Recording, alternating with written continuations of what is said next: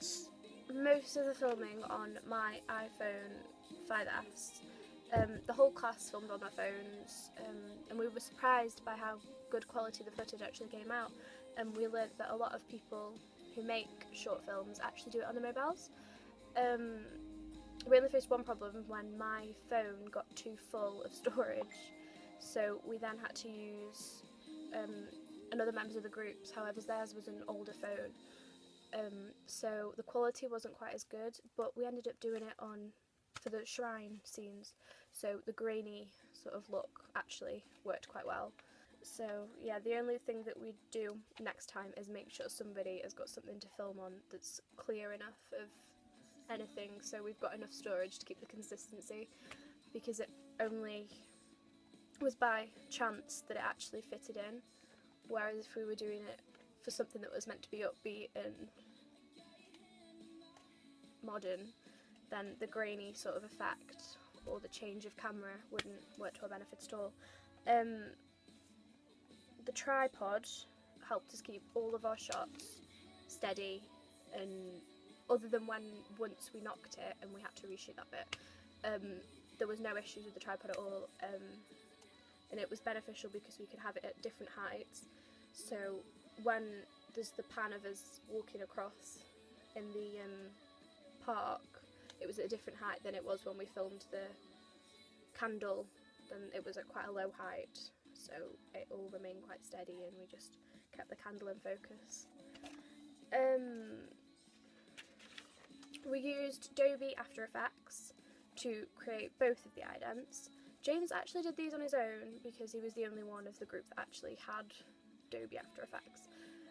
He said it was easy to export them from the program, and it was the best program for what we wanted. The only problem he faced, well, as a group we faced, was it had to be changed a couple of times because the movement wasn't smooth enough. And there was a little spelling mistake, so obviously that wasn't the program's fault. Adobe Photoshop was used to actually make the first ident before we put the movement into it. The only issue here was we could never get the little crack in the head right, so we had to keep doing that, and we still weren't greatly happy with it, but it was better than the first few attempts.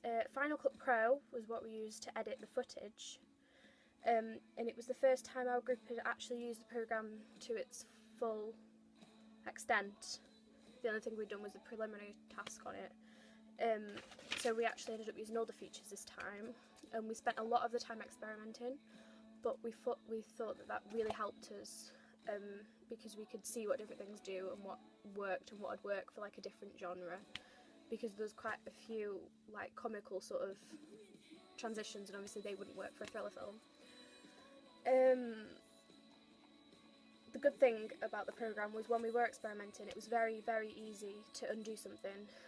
It was literally an undo button. We didn't have to faff about and restart it or anything.